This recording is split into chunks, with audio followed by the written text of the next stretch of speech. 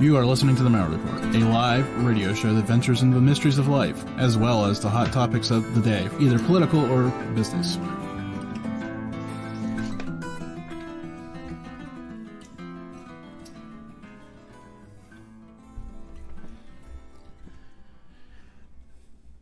I want to welcome everybody to this evening's Mauer Report. It's a good show. If this is your first, it's a good one. If this is number 500 for you, this is also a good one for you.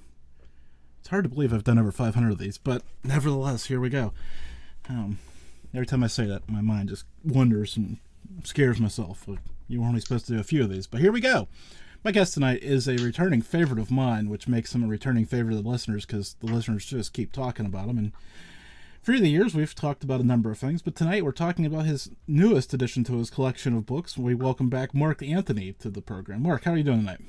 I'm doing great, Jim. Thanks for having me on. I always have a great time with you.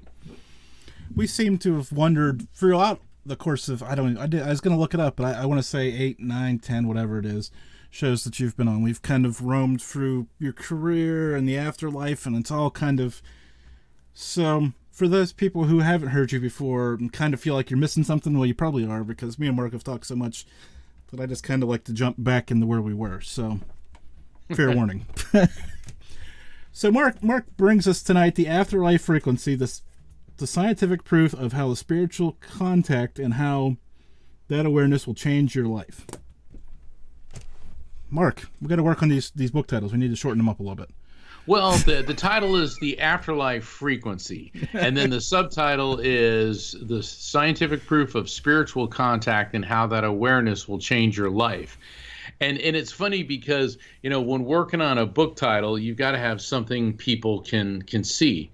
And it's The Afterlife Frequency. And then, you know, the subtitle gives an idea of what it's about. And, you know, a lot of times when people see, oh, my God, the scientific proof of, then they start thinking that you're going to be trudging through equations and all these heady concepts. And I have to give your audience, our listeners, a spoiler alert. Do not expect a dry read. This book moves. And the thing is, I suffered through enough boring books in law school and in the practice of law that I swore, and my pledge is never to inflict that on anyone. So when I write books, I want people to not only to learn things, but to be inspired, to be educated, and to enjoy actually reading the book. Which I think they will. So how do we get to this point of trying to put this? I mean, this obviously is I'm doing the interweaving of my hands for the people who are listening, because it's kind of the melding of these two polar opposites of subjects, spirituality and science. So what made you want to try to approach this? Growing up as a psychic medium, I was about 3.5 when I started talking to my invisible spirits, and both of my parents had these abilities. So I'm this little kid. Here I am, a toddler, and I'm talking to invisible friends, except for the fact that mom and dad can see them too. And my dad was a Navy SEAL and a NASA engineer. So there's the science part of my life. Then mom was not only a psychic medium, but also a commercial illustrator and an artist. And so there's the spiritual and the philosophical part of my life. So from day one, I was blessed with these amazing people as my parents. And I'm the type of person that Dad instilled in me that there is no such thing as a mystery. There's nothing that is unknown. It's just that it's a question for which we do not yet have the answer. So if there's enough research, enough money, enough time spent on it, and it can take years, it can take even centuries, that everything has an answer. And so, Jim, communicating with spirits, having had a near-death experience when I was 4, being around parents who could see and perceive spirits, I wanted to know how this happens, why this happens, where this happens. And so that led me on this quest that, and as I like to say, from the cosmic to the subatomic. I've spent my life studying theology, archaeology, philosophy, history. I've been all over the world examining mystical sites, ancient ruins, and supernatural phenomenon. And all of that was part of the journey to me writing the Afterlife Frequency, to help people understand that spirit communication, near-death experiences, mediumship, deathbed visions, out-of-body experiences, direct contact with anyone with a spirit is not hocus pocus or fantasy, but it's an actual phenomenon that is explainable through quantum physics. Just, Mark, I've got to ask, though, because your mother was creative and your father was an engineer. How did we get to the law? Is that a happy medium? No pun intended. As I was growing up, and I remember when I was starting off for Catholic school. I went to Catholic school, and it's funny because my dad's family was Baptist, but in those days he had to convert to marry my mother, and he loved her so much that he converted.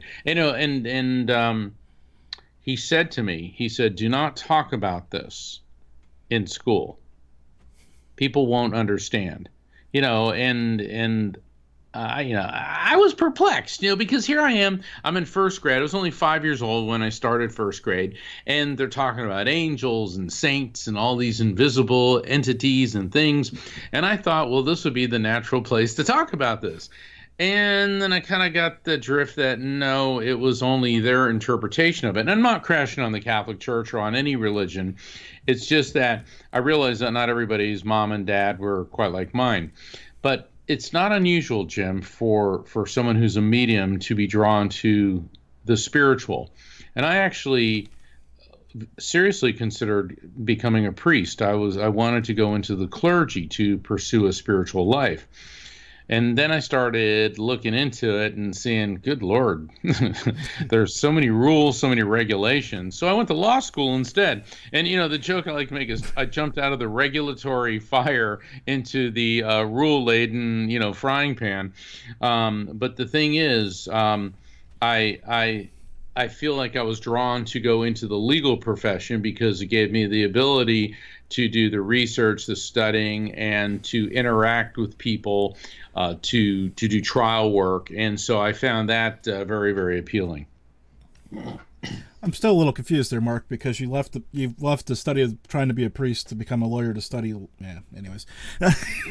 Yeah, I know. It's like because there's too many rules and regulations in the priesthood. So then I go into law, which is like the epitome of rules and regulations. But Jim, I think that everything happens for a reason. And what I really liked about practicing law is it literally puts you in everything.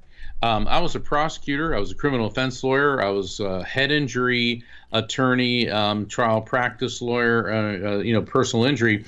And so I had to deal with all types of experts, forensics, physicists, biologists, medical experts, neuroscientists. I mean, I had to study the human brain for all my head injury litigation cases, and it gave me this huge wealth of information.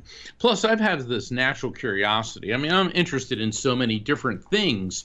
That's why I would work and then I would take time off to go visit archaeological sites and supernatural phenomenon around the world. And it's this wide array of interests that suddenly came together. And I realized, wait a second, all of these are necessary to explain the different phenomena that we refer to as, I call it as interdimensional communication. And what I mean by that, Jim, is that interdimensional communication, we live in this dimension, the material world. The other side, the afterlife frequency, is a higher vibrational frequency, a different dimension. And the two dimensions occasionally overlap, and that's where the communication comes in. And so the afterlife frequency is about explaining interdimensional communication to people in ways that they can understand. So, Mark, I've been doing this for years, and I get pitches, and I get all the fun stuff, the bios, and all this fun stuff. So, Gina is great, first and foremost. So this isn't Thank about you. her, but I just have to say that because she deals with my shenanigans and your shenanigans, which is Which is a full-time job. I was gonna say I'm not sure how she pulls that one off, but well, especially yours. I mean, I could understand dealing with mine because she only has to deal with me once in a while. But so she sends over this material about the book, and I go skimming through it, and then you mentioned something, or whoever typed it up, something came to me, and I seen this, and I'm like, I'm gonna ask Mark about this because I been doing paranormal for 10 years now, and then you mentioned electromagnetic souls. Yes. And I went, well, we're going to have to talk about that because that's totally new to me. So lay it on me here. What do we got, Mark? The electromagnetic soul is one of the new terms that I'm introducing in the book. And the thing about the afterlife frequency is spirit communication and mediumship was popularized in a very big way in the Victorian era. So we're talking 150, 60 years ago. Unfortunately, the understanding of spirit communication and the terminology associated with it is stuck in the Victorian era. And I'm bringing it into the 21st century based on science and technology. And the term the electromagnetic soul, we know from faith. Faith teaches that who we are, which is the spirit, you can call it the soul. In realms of psychology and science, they call it the consciousness. It's the same thing, the spirit, soul, consciousness, who and what we are. In matters of faith, we believe that the soul pre-exists the body, comes into the human body, and when the body physically dies, the soul lives on. We know from the laws of thermodynamics and physics that energy is neither created nor destroyed, only transferred from one form to another. Neuroscience is the study of the human brain, and neuroscientists theorize that consciousness, who and what we are, is the result of chemical reactions and electrical impulses, but they're completely at a loss to explain this. And they're wrong about that, because consciousness is not created by the brain. The brain only hosts the spirit. And if you look at a neuroscience book, there will be 600, 700, 800 pages about the brain and functions of the brain, but maybe a paragraph, possibly two, about consciousness, because they don't understand it. And so the term the electromagnetic soul, we know that the brain has an electrical field. It is an electromagnetic form of energy. And we are eternal living entities. So the term electromagnetic soul accurately describes what we really are, which is pure consciousness, a soul that is eternal electromagnetic energy. And Jim, the scientists who've reviewed my book, they loved it. I mean, Dr. Gary Schwartz and a couple other scientists said, "Oh my God, electromagnetic soul, that's what it is." And they've started calling it the EMS, the electromagnetic soul. So the term is catching on in the scientific community, which is very humbling and quite an honor. So how do we make it catch on in the paranormal community? Well, we're doing it right now because that's what it is. I mean, spirits, think about it. In paranormal investigation, what are the devices that are being used? What are they scanning for? Different forms of electromagnetic energy, whether it's infrared, whether it's radio waves, whether it's, K2 meters, EVP, all of those are different forms of electromagnetic energy. And so you see in a lot of paranormal investigations, balls of light, which we know as orbs. Well, guess what? That's a spirit. Okay, spirits are pure they're electromagnetic souls, and the only form of electromagnetic energy visible to the human eye is light. And think about it, Jim, when people spot orbs, that is spiritual energy. When people have near-death experiences, They die and they talk about going through a tunnel and going into this light. People who are enlightened, okay, the root word being light.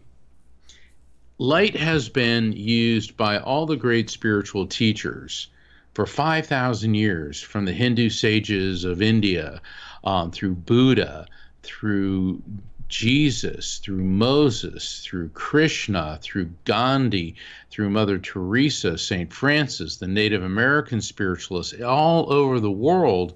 People refer to the divine energy that we may call God and describe this in terms of light. And I believe that light is the way we perceive the spiritual energy of the divine that we call God, and that spirits are also electromagnetic energy. And so that's why this term should and probably is already being incorporated into the paranormal field. It also makes for an interesting, like, I'm going to say problem, because I don't have the word vocabulary to express what I'm thinking at this point, but you're talking about light and then sound, and it's hard to quantify all that because it wraps so many different spectrums, it freaks people out. I guess I'll say it that way. Well, it does. It does. I mean, if you think about the electromagnetic spectrum, if you see a diagram of it, think of a ruler, okay? Think of a ruler. And each inch or each half inch, or we'll put it in metric, each centimeter, each millimeter is a different form of electromagnetic energy. Well, visible light maybe occupies possibly a quarter inch on the ruler. And the other part of the ruler is gamma rays, X-rays, microwaves, radio waves, ultraviolet, infrared, all these different, this huge array of different forms of EM energy. And so what we can see is a very, very small portion of it. But all of these are interconnected. And that's, why spirits move so quickly. People think that spirits tend to be like invisible people and that they are limited to who or what they knew in this world. But they're fast. They move at the speed of light. Why? Because everything in the EM spectrum moves at the speed of light, which is 186,282 miles per second. So, Jim, in the time it took me just to say that, a spirit could have been back and forth to the moon a couple times and zipped over to Japan and back to sit next to you, just in the time it's taken me to say this. Which is just remarkable to think about, how that rate of travel, I mean, think what you could get done with that much travel.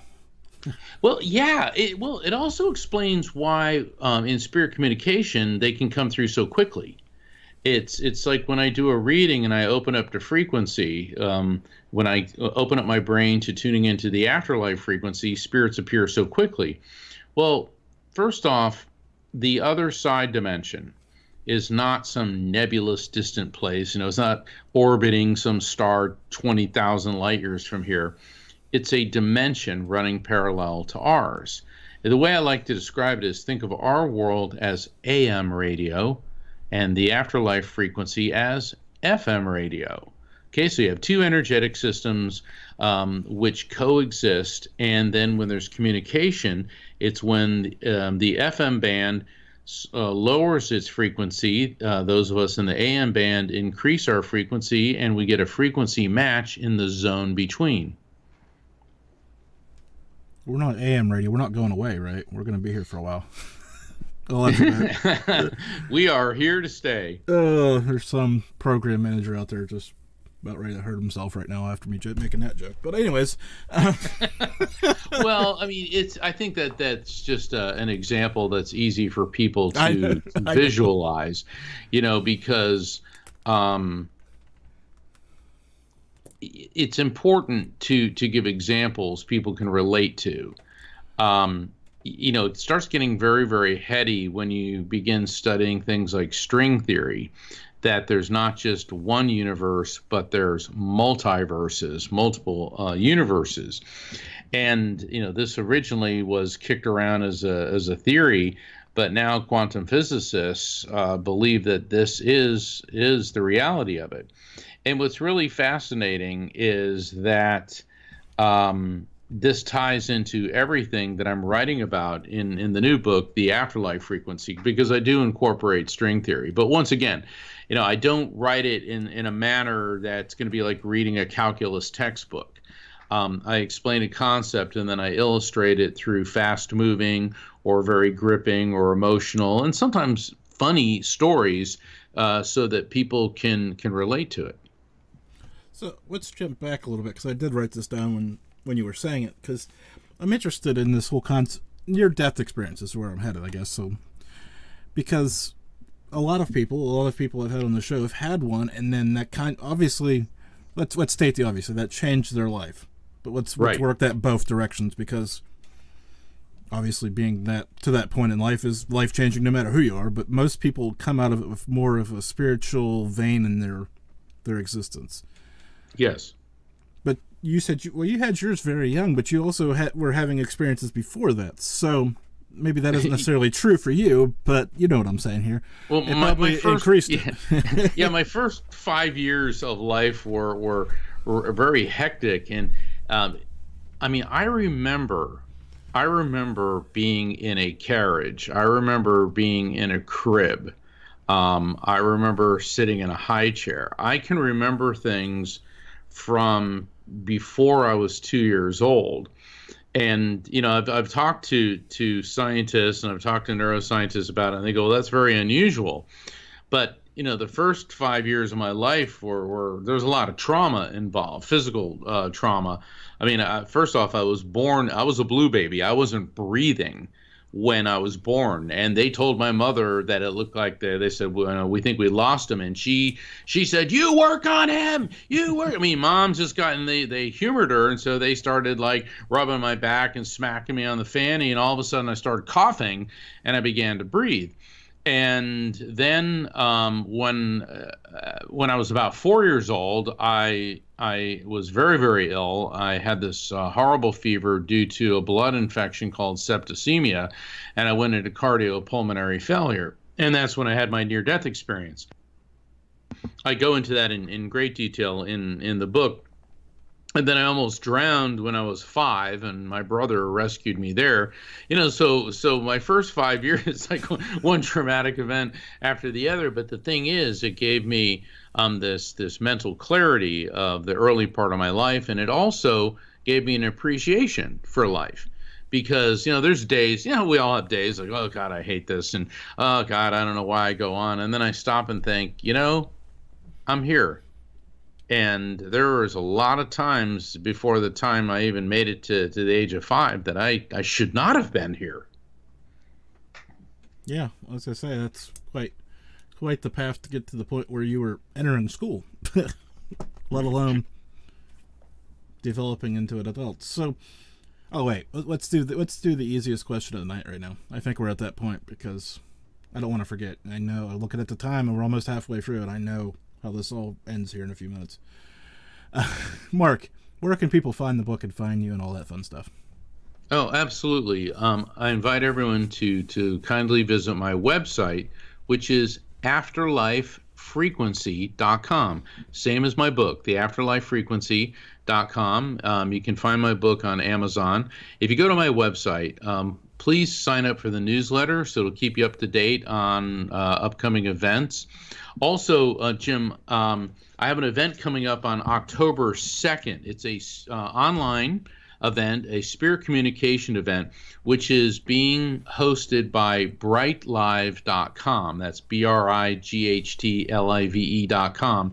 And in this event, I'll be connecting audience members, attendees, online attendees with their loved ones in spirit. And that's going to be on Saturday, October 2nd, which is at 10 p.m. Eastern, which will be 9 p.m. Central, 8 p.m. Mountain, and 7 p.m. Pacific. And that's at brightlive.com. You can also find it through my website, afterlifefrequency.com, if you go into my calendar of events. And I'm really looking forward to doing that. You can order my book through the website afterlifefrequency.com, and it's going to be in all fine bookstores. If you go to a Barnes and Noble and it's not in stock, if you go to the customer, because people always say, I went to Barnes and Noble, it wasn't there. It's like, well, they have a customer service desk, right?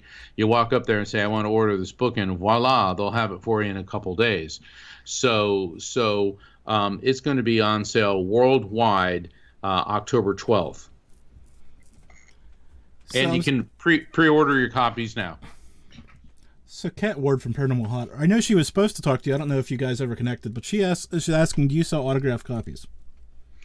I don't, but when I'm on tour, bring the copy that you have purchased, and I will be happy to sign it. The thing is, because I'm not a self-published author, I have a publisher. And I don't keep hundreds of books at my house because I don't. Okay, that's what the publisher's for. And I don't, sign copies and mail them to people. That's why I have a speaking tour and a spirit communication event tour. So then I autograph copies when I'm on tour. Other thing I want you to talk about this, Mark, because I'm not scared of this. You co-host a radio show on Thursday afternoons, I think it is. Don't quote me. Well, 7 Mark will p.m. film it. Yeah, Mark will yeah. Well, it's Thursday night at 7 p.m. It's the Psychic and the Doc on Transformation Network. My co-host is Dr. Pat Basili. She's the host of the Dr. Pat Show, immensely popular show, and she's the head of the Transformation Talk Network. And on the Psychic and the Doc, people call in and they get, I can do a reading, and then they get the intuitive insights of Dr. Pat, and she's amazing. She is the street smart spiritualist, behavioral psychologist. Dr. Pat's just amazing and a lot of fun to work with. So yes, I have that show. I got a lot of events coming up, a lot of appearances. We're doing pretty much everything online for the time being, which is working out really well because we're able to reach people all over the world through the miracle of modern technology. Yeah, I was gonna say that makes it nice for those people who may not have the accessibility to get to you before because of wherever they live, and you can only be so many places at so many different times. So that's cool. That's the great thing of all this. I think we're gonna someday get back to a happy medium of in person versus virtual, and it'll be a better world. Yeah, we're gonna get back to that. It's just gonna take some time, and all I can say is follow the science, and that's all I'm going to say about it. So the legend around here, Germantown Runner, wants me to ask you, looking back at all the disciplines and all the things you study, what is still the most interesting to you? All of it. All of it. Well, I mean, quantum physics. Quantum physics is really the explanation for everything. And it's makes so much sense. On one hand, it's the easiest thing to grasp, and on the other hand, it is the most complex, nebulous, and elusive thing to comprehend. And traditionally, the world of science has been split into two fields: physics, which is the study of inorganic matter and energy, and biology, which is the study of living organisms. But then we know from quantum physics that everything's made of molecules, which are made of atoms, which in turn are composed of electrons, protons, and neutrons, which are in turn composed of a smaller particle, which an electron is, by the way, quantum. And a quantum is pure electromagnetic energy. So when we get to the subatomic, to the quantum level, the distinction between biology and physics ceases to exist. That's why everything is energy. And because everything on its most basic level in our material world dimension is electromagnetic energy, and then everything vibrates, even something like a rock or a piece of wood, a piece of lumber, it is vibrating, oscillating on the subatomic level. And Jim, that includes you and me. We're oscillating. And guess what? The radio waves that are transmitting your show, they too are electromagnetic energy, just like we are on the subatomic level. And so when you start looking at this is like really cool. And I think this is the most fascinating. And then I was trying to understand space-time, which is like very, very difficult. And I was banging my head against the wall. And then I come across a quote from Werner Heisenberg, who's one of the huge Big E's founding fathers of quantum physics. And the quote said, "When you think you understand quantum physics, you really don't." And Jim, I started laughing and I said, "Man, do I feel better." I was going to say, you could probably fill in the blanks with a lot of things with that. Well, I was talking to one of the scientists who endorsed my book, Dean Radin, who is the chief scientist for the Institute of Noetic Sciences, IONS, IONS, great organization. And he said, Mark, when you get 100 of us in a room together, meaning physicists, he goes, we can't agree on anything. and I was laughing because it's the theoretical science, and the theories of today generally most often become the facts of tomorrow. So to answer that question directly, I think quantum physics is probably the most fascinating because it explains everything from the nature of what we are in the quote-unquote physical versus the spiritual. It also explains how the afterlife is possible, how spirit communication is possible, and defines what we are, which is an electromagnetic soul.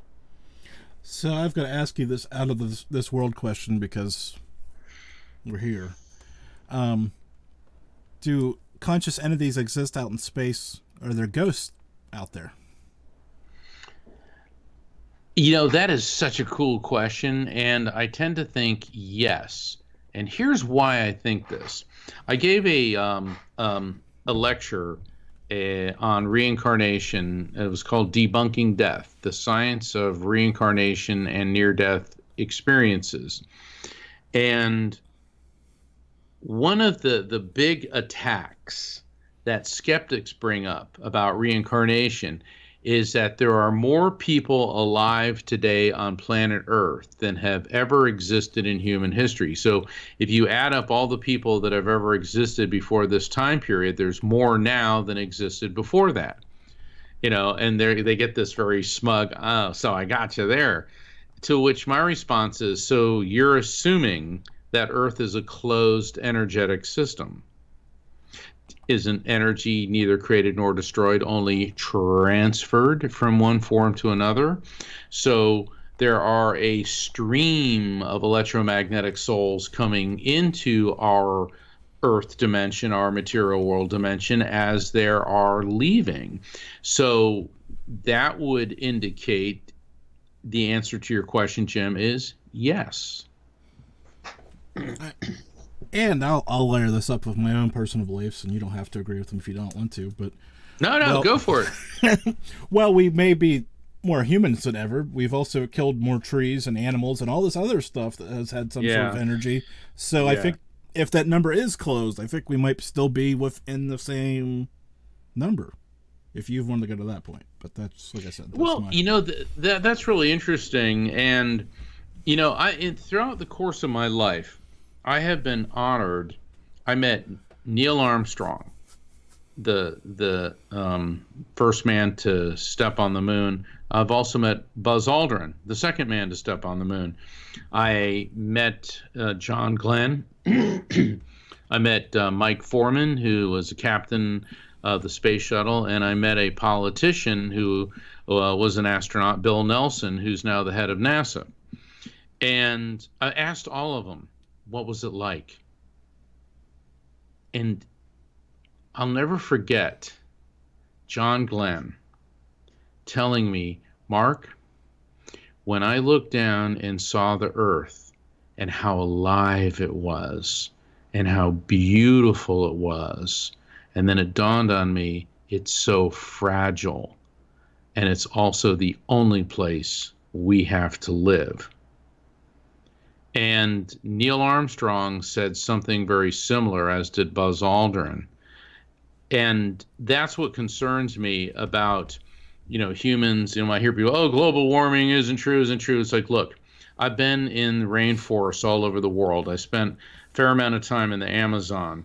And you go there, and farmers and governments are just shaving it right down to the ground because they want to make room for beef and livestock.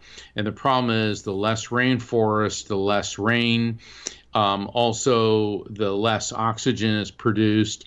You see deforestation, hunting species to extinction.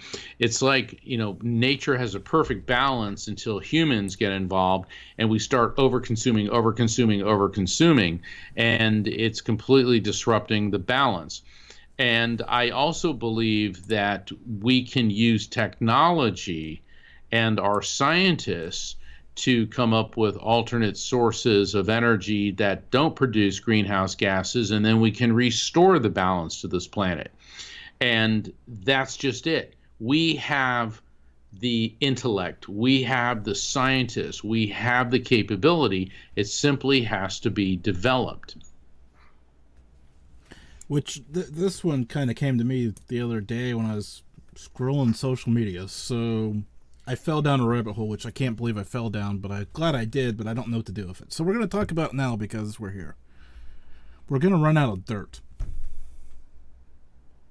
Which doesn't sound like a big deal, but the stuff we plant our plants in, because of erosion, because of the rain, is washing into the water, and we're not getting it back. Well, it's a very big deal. And I saw that in the Amazon, where when I said they were shaving huge sections of the forest right down to the ground, what happens is when it does rain, it washes the topsoil into the Amazon, and then what's left is the bedrock. And a lot of the Indians that were there, the Indians were like very upset about this. The Native Americans that live in the Amazon, they were at odds with the government there. They said because you can't plant anything really sustainable there.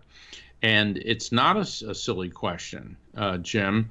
I mean, we have a very precious topsoil, and there's only so much land on this planet that we can produce food on, and that has to be respected and protected. Because once we start getting rid of our ability to produce food, what's going to happen then?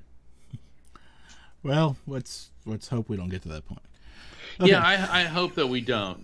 But the thing is, and call me an incurable optimist, I believe that we can use science and cooperation. And we saw a brief glimpse of this when the whole world was in lockdown, initially with COVID. We saw how the skies got cleaner, the oceans got cleaner, dolphins for the first time in 400 years were spotted in the canals of Venice. Things were regrowing. Mumbai, India, one of the most polluted cities in the world. The smog is so terrible. All of a sudden, people could see the skyline, see mountains. Even Beijing, China, was cleared up. And it also showed us that if we get all of our scientists working together, there's nothing we can't solve. But, human nature being what it is, our country's got to be better than yours, and we got to do this. And I don't want to get all political. But the one thing that we all have in common is that one day someone you love is going to die. And that's why I like to explain through my book, The Afterlife Frequency, that there is a scientific explanation for the afterlife, for spirit communication, for near-death experiences, for contact with the other side. Because it is through knowledge, it is through understanding that helps us put a perspective on this and to remove the fear. I mean, Jim, what's the thing that people worry about the most when a loved one dies? I mean, of course, that you're not going to be able to see them in this world, but the fear is that that person that you love so much has disintegrated into nothingness. And it's important for people to know and to believe and to understand that that simply isn't true.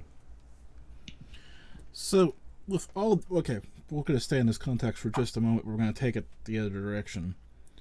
With all that's going on in the world right now, all of it, You know what I'm talking about? The whole that I'm doing a big waving, swirling mess of Yeah. world right now.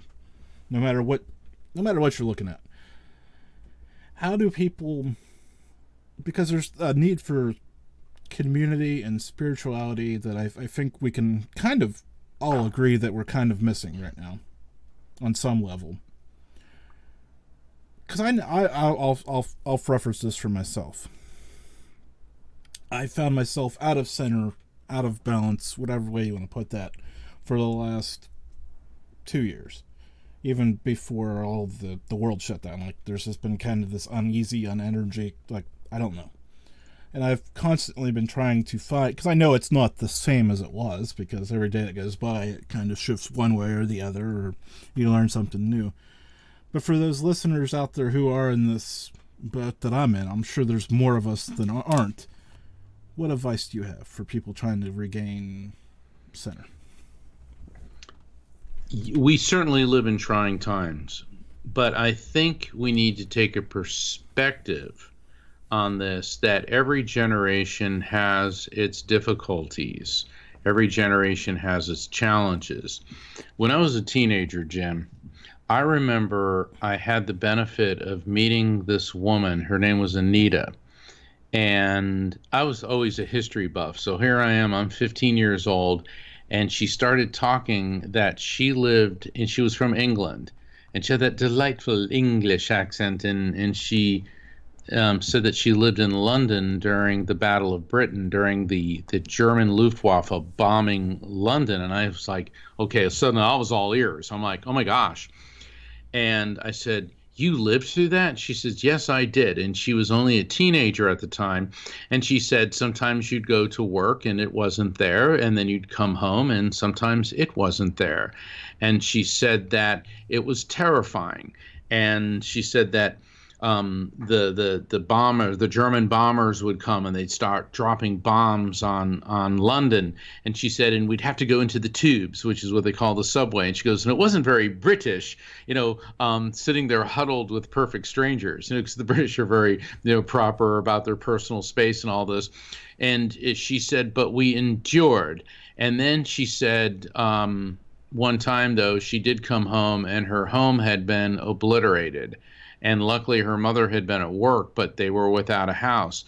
And I remember her talking about this guy. She said his nickname was Lofty. I go, Lofty? She goes, he was really tall. And they called him Lofty. She goes, hell of a nice guy he was. And he lived in a flat near my home. And it got bombed. And they never even found his body. And I said, my God, how did you deal with that? She said, we had no choice. She said, you got up, stiff upper lip, and you went to work. You went to school. You carried on. And she said, and we jolly well weren't going to let that Adolf Hitler ruin our lives. And I was just in awe of her. I said, but you must have been so scared. She goes, of course we were scared. She said, but when you are challenged like this, you find within you that inner strength. And she said, bravery isn't about not being afraid. It's about being afraid, but still doing what you have to anyway. And so, Jim, to answer your question, I think that what Anita taught me is what everybody should apply. COVID is scary. We're living in very frightening times. But then again, every generation's had its challenge. I mean, at least we're not getting bombed by the Luftwaffe every day. And then, there was the Spanish flu at the end of World War I. Then before that, you had, there was a time when the flu would kill you. Like not just the Spanish flu, but the flu. And then before the invention or the discovery of antibiotics or inoculations, vaccinations for tetanus, if you stepped on a rusty nail back in the 1800s, you very well may be dead within a few days. So every generation has its challenge, and this is ours, and it's different, and it's scary, and it's unsettling. But you have to take it day by day, be intelligent about it, Okay, don't give into the fear. Be prepared. Um, maybe this won't be popular with some of your listeners, but I believe in the vaccine. I got two Moderna shots. When I go out to the grocery store or to public places, I wear a mask. And the reason for that is I've been getting messages from the other side, even before COVID hit, that started telling me something was coming. And I remember I think it was in September of 2019. I was doing a number of readings. It was readings on different people. It was over a couple-week period.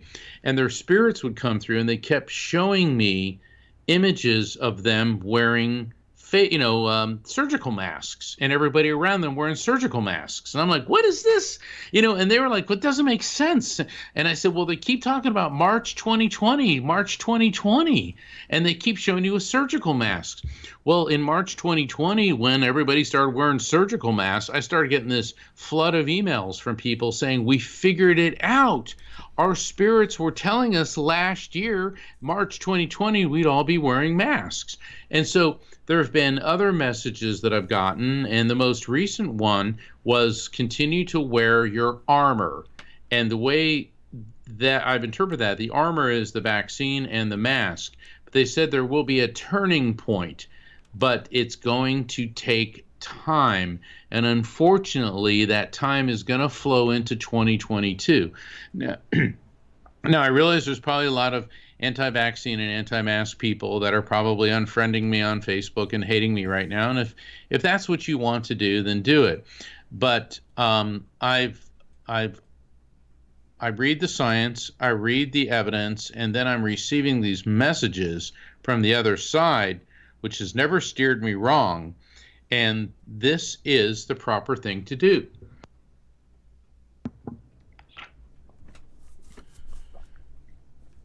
Which is also kind of ties right back into the book, the science and the spirituality of it all. See, Mark, I knew where I was going.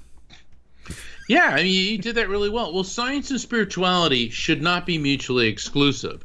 For centuries they have been. We can all blame Sir Isaac Newton. Back in 1665, during the plague of 1665, okay, which swept through Europe, and Sir Isaac Newton, being Sir Isaac Newton, was brilliant, and he self-quarantined, okay?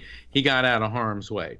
So while he was self-quarantining, he invented calculus, the laws of optics, worked on the laws of motion, the laws of gravity. Unfortunately, he invented calculus, and he inflicted it on us. But the thing is, Newton was brilliant, but his understanding of the universe only went to the atomic level. In other words, everything was made of molecules which are made of atoms. And this gave rise to Newtonian reductive materialism, which means that materialism is that only what is observable can exist. Well, it's because he didn't have the benefit of 21st century technology. And the Newton paradox, that's what I call it, is while Newton did not believe in an afterlife or in a soul, not only did he believe in God, he did believe in God, and he studied the Bible more than he did science, looking for encrypted messages. So here we have a real dichotomy there. Unfortunately, the Newtonian reductive materialists are in the camp that, okay, there is no supernatural, there is no God, there is no afterlife. And then that caused a rift with people of faith. And the Newtonians looked at the people of faith as a bunch of, primitive, superstitious, mythological nonsense. And the people of faith looked at the Newtonians as heretics and blasphemers. And so for the past almost 400 years, there have been these two camps. But it is through quantum physics that the wall between the two has begun to dissolve, because quantum physics is proving that, as Dr. Michio Kaku, the eminent physicist and one of the developers of string theory, multiverse theory, says that eternal life does not violate the laws of physics. And when you look at a lot of these quantum physicists, like Fritz Albert Popp from the German Biophysics Institute, this is like the brain is like a computer hard drive, and when the hard drive crashes, who and what we are lives on in immortality. And you start getting Sir Arthur Penrose from Oxford University, who says that consciousness has been here all along. And you start getting physicists who are saying that when we die, a consciousness survives physical death. Then we've got the International Association for Near-Death Studies and also the Near-Death Experience Research Foundation, which have been studying consciousness for over 40 years and near-death experiences. And the science indicates that who and what we are, our electromagnetic soul, survives physical death. So I think that we have finally gotten to the point where the divide between Newtonian reductive materialism and faith is not only eroding, but should actually cease to exist. Which I agree. I'm just thinking about being Isaac Newton's neighbor, because I know when I was younger, I used to like to bounce a tennis ball. Well, excuse me, to think. Of course, now I think while I'm driving, which is probably a lot better for everybody around me. A lot less noise. But can you imagine, I mean, if he had one of those bad twitches, like bouncing a ball because he couldn't go for a drive, what it would have been like, because it would have just been going constantly. Yeah, from what I understand about Sir Isaac Newton, what I've read about him, he was not the nicest person. And I'll never forget one of my, okay, I have to admit, I do like Star Trek, and I really like Star Trek The Next Generation. And the Trekkers will get this. The non-Trekkers, do your best. But one of the favorite characters on Next Generation was Data. He was an android. And he had this computer simulation where he was playing poker with Albert Einstein, Sir Isaac Newton, and Stephen Hawking, which is really cool because Stephen Hawking actually guest appeared on Star Trek Next Generation. And they're playing poker, and Einstein was trying to add up his points and he couldn't. And Newton's like, "Oh, for God's sakes, Albert, can't you even add?" Which was hilarious because Einstein was slightly dyslexic. And even though he was an incredible genius, he oftentimes had problems with simple calculations. Okay. And then Newton said something about, "Oh, I developed the laws of gravity when I saw the apple fall from the tree." And Data says, "Well, I thought that was apocryphal." And Newton goes, "How dare you?" And it was hilarious because they really captured how Sir Isaac Newton was caustic and insulting to everybody around him. But the truth of the matter is, the man was absolutely brilliant. He created modern science in many ways, and for all intents and purposes, invented the discipline that we now know is physics. And even though he may have gotten only to the atomic levels because he didn't have the technological devices like electron microscopes and such to prove that things actually are much smaller than atoms. And I think that if Sir Isaac Newton were here today and had the benefit of modern technology, I can only wonder if he himself would bridge that divide between faith, which he studied so much, and science. So I've been wondering this, Mark, and I'm just going to throw it to you, because we've been talking about Isaac Newton and all these past people. Is Elon Musk in that crowd today? Like, are we watching that in real time? Absolutely. Absolutely. I've been observing him for quite some time. He's our Nikola Tesla. He's our Thomas Edison. He's our Sir Isaac Newton. The man is absolutely brilliant. Now, certainly there's other brilliant scientists in the world, but he's the one that's caught the eye of the media. And I haven't had the benefit of meeting him, but I've met people that work with him, and I said, so what's he like? And this one guy said, he's really nice, but you'll be in mid-conversation, mid-sentence with him, and all of a sudden he's like somewhere else. And he'll be staring off to space, then he'll come back and say, "I've got an idea." And all of a sudden it's this brilliant idea. I could see that. I mean, I could just imagine, because he's probably, again, going closer to the speed of light than the rest of us. Well, he was on Saturday Night Live within the past year, and he said, "I'm the first person to host Saturday Night Live who has Asperger's syndrome." And what an admission and what a revelation. And Asperger's syndrome is a form of autism, but the people with Asperger's have this incredible mental capacity. And instead of looking at Asperger's, or for that matter, autism, as something's wrong with these people, perhaps it indicates that their brain functions differently. The way their hosting device, the gray matter that we refer to as the brain, the way it interfaces with the electromagnetic soul, and the electromagnetic soul interfaces with the afterlife frequency, so that they're very highly functioning, and that's why they're able to incorporate, develop, synthesize these incredibly esoteric ideas. I mean, somebody like Elon Musk is coming up with ideas that just leave many people behind. And it's very possible that maybe Isaac Newton was like that. Maybe Isaac Newton was short with people because he was getting information so quickly, he simply didn't have the patience for a lot of the people around him. We don't know because, it's 400 years ago when he lived, but it certainly is interesting to speculate. Surely is. So, oh boy, 3 minutes left. This is fun. It's always fun with you, Jim. We always have a great time. I know. You always ask me these questions that get me on these esoteric answers. But I want to thank you for having me on the show. And thank you for letting me talk about my new book, The Afterlife Frequency. I'm very excited about this book, and I've been very, very humbled by the endorsements that I've gotten from some of the world's top afterlife researchers, near-death experience researchers, and survival of consciousness scientists. Go ahead and talk about the event that you got coming up again, because I want to make sure we get that out there again.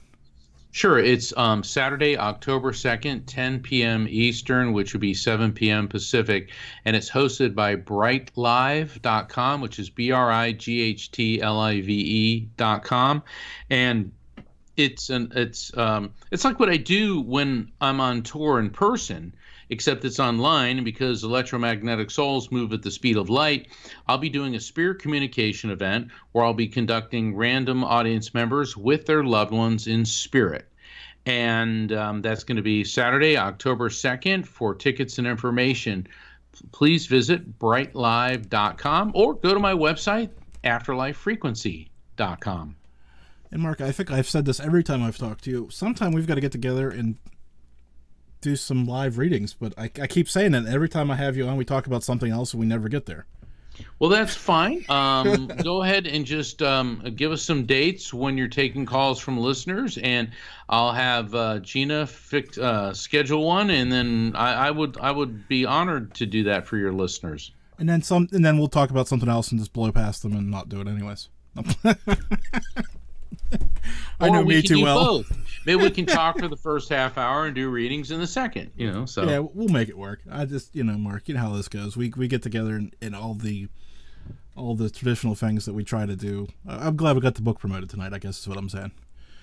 Well, I've been working on this book for years. I always take a very long time to work on my books because I want to make sure that the research is accurate. I acquire the stories to illustrate the concepts that I'm introducing. And Jim, I really want to thank you for having me on your show. And I want to thank all the listeners for tuning in. And there's a reason that Jim is just celebrating his 500th episode. If he wasn't fantastic at what he does, this would not be a show in the 500s. So kudos and congratulations to you, Jim. Thanks, Mark, and you've been a big part of it. And, well, Mark, I've got to wish you a good night because I look at the clock and I see single-digit seconds left. So have a good night. All right. Good night, everyone. God bless.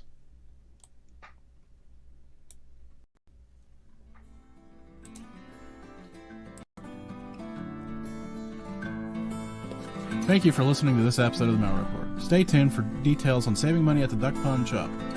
I hope you enjoyed this report. Please subscribe so that you can join us again. And if you appreciate the show, leave us some stars or a review. For more notes from this show or other great shows, check out Mallard.com. A reminder, the views and opinions of this show are those of the host and guest and do not represent any sponsors, affiliates, or any other partners of the Mallard Report. Now for your money-saving tip. Promo code Mallard at checkout of duckpondshop.com, where you can get your t-shirt, coffee mug, and other great products. That's promo code Mallard at checkout, duckpondshop.com. Until next week, stay safe and keep quacking.